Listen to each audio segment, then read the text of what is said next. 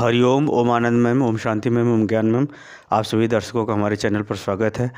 आज हम BEd second semester के अंतर्गत दक्षता आधारित पाठ्यक्रम के निर्माण के संदर्भ में अध्ययन करेंगे। दक्षता क्या होती है? दक्षता का मतलब ये होता है किसी कार्य में दक्ष होना, गुण में दक्ष होना, व्यवहार में दक्ष होना, सोच में दक्ष होना। यानी एक प्रकार से कहा जाए तो दक्षता जो है गुण विशेष होता है।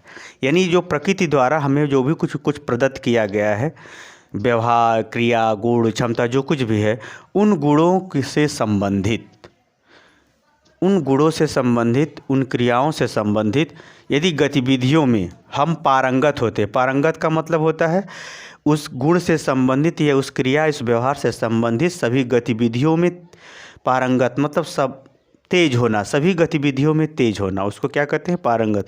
उन सभी गतिविधियों में यदि हम तेज हैं और उसका हम प्रयोग भी निपुणता के साथ कर लेते हैं, यानी कम समय में उसका सही प्रयोग कर लेते हैं, उसके सभी गतिविधियों से हमको व्यवस्थित रूप से हम क्या हैं? जानकार हैं, पारंगत हैं, और उसका हम व्यवहार में सही ढंग से प्रयोग करने में निपुण भी हैं, तो उसे कहा जाता है, उस गुण को दक्ष कहा जाता है। यानी उस गुण में आपको दक्षता है। जैसे आपको साइकिल बनाने आता है तो साइकिल बनाने के प्रत्येक पहलू को आप जानते हैं, पारंगत हैं, यानी उसके प्रत्येक पहलू का व्यवस्थित ज्ञान है, और वह ज्ञान और वह व्यवहार आप जल्दी से कर लेते हैं, यानी जल्दी से साइकिल बना लेते हैं, सही बनाते हैं साइकिल। तब कहा जाएगा कि आप साइकिल बनाने में क्या है? दक्ष हैं। साइकिल बनाने में क्या है? दक्ष। आप समझ गए होंगे। यानी गुणों के प्रत्येक पहलुओं में व्यवस्थित रूप से पारंगत होना, जानकारी रखना, व्यवहार को समझना, और उस पारंगतता को सही ढंग से प्रयोग करते हुए सही क्रिया करना, उस गुणों में क्या कहलाता है? दक्षता कहलाता है। एक प्रकार से दक्षता एक कौशल है, एक कला है, एक कौशल है, कला है, जिसमें व्यक्ति क्या होता है? निपुण होता है। जब दक्षता आधारित पाठ्यक्रम बनाए जाते हैं तो अध्यापक क्या करता है कि विद्यार्थियों के विभिन्न गुणों को अलग अलग ढंग से पहचान करके या उनके विशेष क्षमता, योग्यता का पहचान करके वह क्या करता है? दक्षता को निर्धारित करके उसके सर्वांगीण विकास हेतु पाठ्यक्रम का निर्माण करता है। और इसे अगर हम व्यवहारिक रूप से देखें तो दक्षता जो है मानसिक, शारीरिक और व्यवहारिक, इन तीनों के संयुक्त रूप से, इन तीनों के अंतर्गत संयुक्त रूप से गुणों की पहचान करके उसे व्यवस्थित रूप से विकास प्रदान करने हेतु जो पाठ्यक्रम का निर्माण किया जाता है उसे दक्षता आधारित पाठ्यक्रम कहते हैं। दक्षता आधारित पाठ्यक्रम की अगर हम विशेषता देखें तो पहली विशेषता है व्यवहारिक अधिगम पहलुओं के माध्यम से परिमाण का मूल्यांकन, यानी प्रत्येक स्तर पर। इसको ऐसे समझिए, व्यवहारिक अधिगम यानी जब गुणों की पहचान हो गई तो उसमें दक्षता प्रदान करने के लिए उसको जब प्रत्येक स्तर पर जो सिखाया जाता है उसका मूल्यांकन करते हुए आगे सिखाने का कार्य किया जाता है।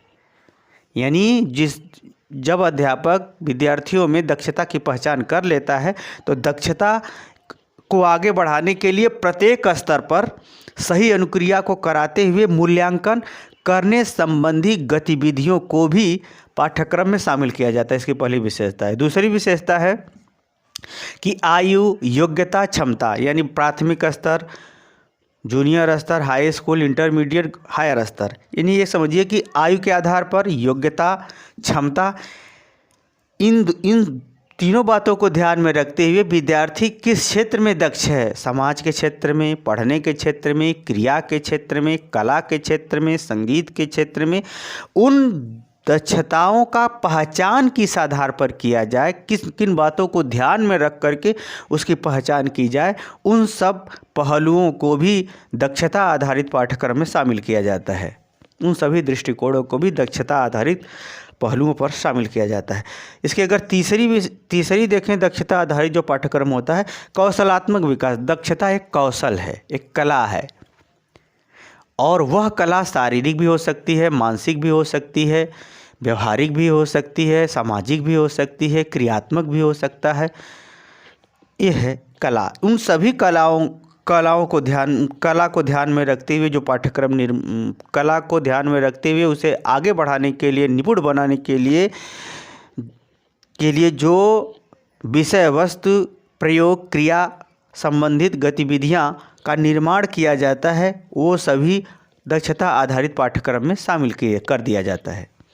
अगर इसकी हम चौथी विशेषता देखें तो दक्षता आधारित पाठ्यक्रम में निदानात्मक पहलुओं का विकास, यानी किसी विद्यार्थी को गुण विशेष के आधार पर दक्षता प्रदान करने हेतु उसमें जो बाधाएं आती हैं उसे दूर करने संबंधी गतिविधियां एवं सुझाव को भी दक्षता आधारित पाठ्यक्रम में शामिल किया जाता है। अगर पाँचवा इसकी विशेषता देखें, गुणात्मकता के सतत विकास हेतु व्यापक मूल्यांकन, यानी विद्यार्थियों के अंदर गुणों का हमेशा विकास होता रहे, उसमें हमेशा उसको दक्षता प्रदान करते हुए उच्च स्तर तक उसका गुणों का विकास होता रहे, समझ सूझ का विकास होता रहे, उससे संबंधित मूल्यांकन, विषय वस्तु, क्रिया, दृष्टिकोण इत्यादि संबंधी जो भी विषय वस्तु होते हैं उसको भी दक्षता आधारित पाठ्यक्रम के अंतर्गत शामिल किया जाता है।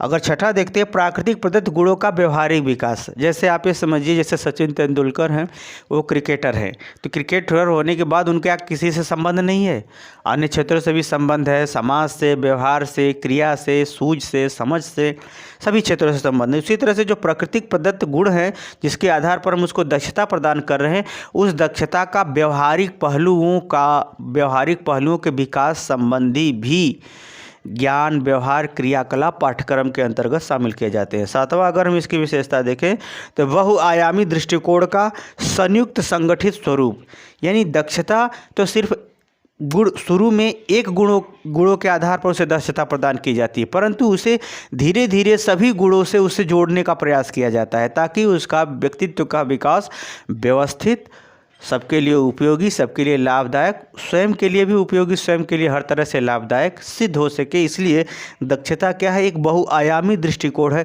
जिसकी शुरुआत तो एक से होती है लेकिन उसका संबंध सभी से हो जाता है, उससे भी। इसीलिए दक्षता क्या है, एक संगठित स्वरूप है। दक्षता क्या है, एक संगठित स्वरूप है। प्रारंभ तो एक से होता है परंतु बाद में उसका संबंध या उसका दृष्टिकोण व्यापक होता जाता है। उससे भी संबंधित जो ज्ञान, कौशल, व्यवहार, समझ सूझ, मूल्यांकन, उपलब्धि जो कुछ है उसको भी, उससे संबंधित भी जानकारी, व्यवहार पाठ्यक्रम के अंतर्गत शामिल कर दिया जाता है। यह दक्षता आधारित पाठ्यक्रम की महत्वपूर्ण विशेषताएं हैं। आगे हम लोग पढ़ेंगे निम्नतम स्तर पर दक्षता से संबंधित दृष्टिकोणों का विकास कैसे भारत में किया गया। मुझे उम्मीद है कि आप मेरा पढ़ाया हुआ समझ में आ गया होगा। आपको समझ में आ गया तो कमेंट बॉक्स में ज़रूर बताइएगा। साथ में हमारे चैनल को लाइक, शेयर, सब्सक्राइब जरूर कीजिएगा। आज के लिए इतना ही। हरिओम।